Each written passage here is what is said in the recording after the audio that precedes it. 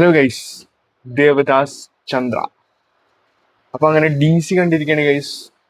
ഒരു ഫേവറേറ്റ് കോട്ടില്ലേ, എന്താ പറയാ, if you failed as an hero enter as a villain. അതേപോലെ ഞാൻ പറയുന്നു, if you fall as a director rise as an actor. എൻ്റെ മോനെ Lokesh Kanakaraj.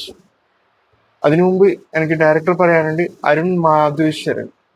What a making man, what a making. Colour grading, അടിപൊളി കളർ ഗ്രേഡിങ്. പിന്നെ അതിൻ്റെ editing, background score ഒക്കെ peak level സാധനം.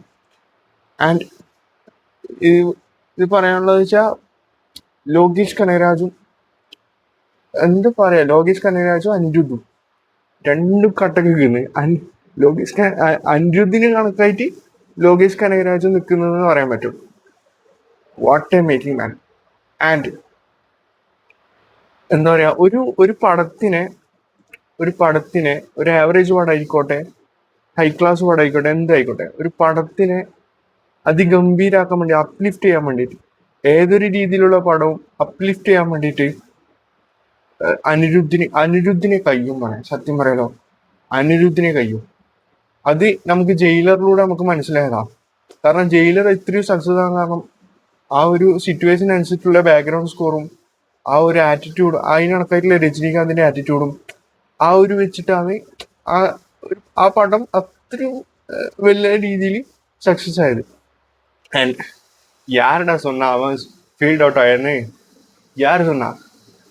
ആര് ഫീൽഡ് ഔട്ട് ആയി? ഞാൻ പറയട്ടെ, സായി അഭ്യങ്കറിനെയും പിൽക്കാലത്ത് കുറച്ച് മുമ്പ് വരെ സായി അഭ്യങ്കറിനെയും അനിരുദ്ധിനെയും വെച്ച് കമ്പയർ ചെയ്യുന്നത്. ഞാൻ എന്താ പറയാ, പേളിമണിന്റെ ഒരു ഇന്റർവ്യൂവില് പ്രദീപ് രംഗനാഥൻ പറയുന്നത് കേട്ടിട്ടുണ്ട്, 22 വയസ്സ്. ഓക്കെ, 22 വയസ്സിൽ ഇത്രയും നല്ല നിലയിൽ എത്തി. 20 വയസ്സ്, 21 വയസ്സ്.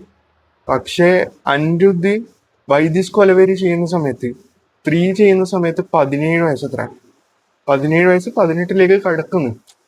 അപ്പൊ ആ ഒരു വയസ്സിൽ അങ്ങനെ അയാൾ ചെയ്തിട്ടുണ്ടെങ്കിൽ സായി അഭ്യങ്കർ ചെയ്യുന്നതുകൊണ്ട് ഫീൽഡ് ഔട്ട് ആയി, അനിരുദ്ധ് ഫീൽഡ് ഔട്ട് ആയി എന്ന് പറയാൻ പറ്റില്ല. അനിരുദ്ധ് എന്താ ചെയ്യുന്നതെന്ന് നമുക്ക് ചിന്തിക്കാൻ പറ്റില്ല. ഇപ്പോ എന്താ പറയാ, മ്യൂസിക് ഇൻഡസ്ട്രിയിൽ ഇളയരാജ, AR റഹ്മാനൊക്കെ അവരെന്നെയാണ് ലെജൻസ്. പക്ഷെ അവര് കഴിഞ്ഞുണ്ടല്ലോ അനിരുദ്ധാണ്. കാരണം ഈ സിനിമയിൽ എന്താ പറയാ, ഫുള്ള് ക്ലാസിക്കൽ പണ്ണലാണ്. ഒരു ഇന്റർവെല്ലിന്റെ തൊട്ട് മുമ്പ് ഒരു സീനുണ്ട്. ആ സീനിലാണ് ഈ പതനികളി അതുവരെ എന്താണ് ഒരു ക്ലാസിക്കൽ റിതം ഉണ്ടല്ലോ, അതാണ് ഈ പടത്തിൽ കാണിച്ചിട്ടുള്ളത്.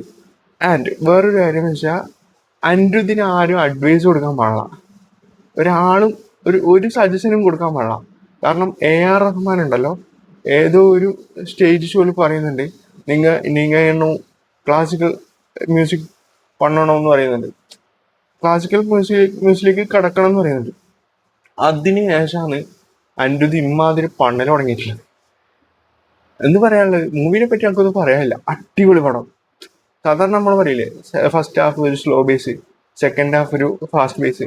ഇതങ്ങനെയല്ല, മൊത്തത്തിൽ ഓക്കെയാണ് പറഞ്ഞാൽ മൊത്തത്തിൽ ഓക്കെയാണ്.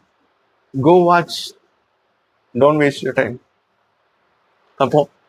അപ്പോൾ എൻ്റെ ഈ വർത്താനൊക്കെ നിങ്ങൾക്ക് ഇഷ്ടപ്പെടുന്നുണ്ടെങ്കിൽ ചാനൽ സബ്സ്ക്രൈബ് ചെയ്ത് ഒന്ന് സപ്പോർട്ട് ചെയ്യാന്നുള്ളതാണ് എനിക്ക് പറയാനുള്ളത്. ഞാൻ എല്ലാ രീതിയിലുള്ള വീഡിയോസ് ഇട്ടിട്ടും വരുന്നതായിരിക്കും. അപ്പോൾ ഓക്കെ, ബൈ.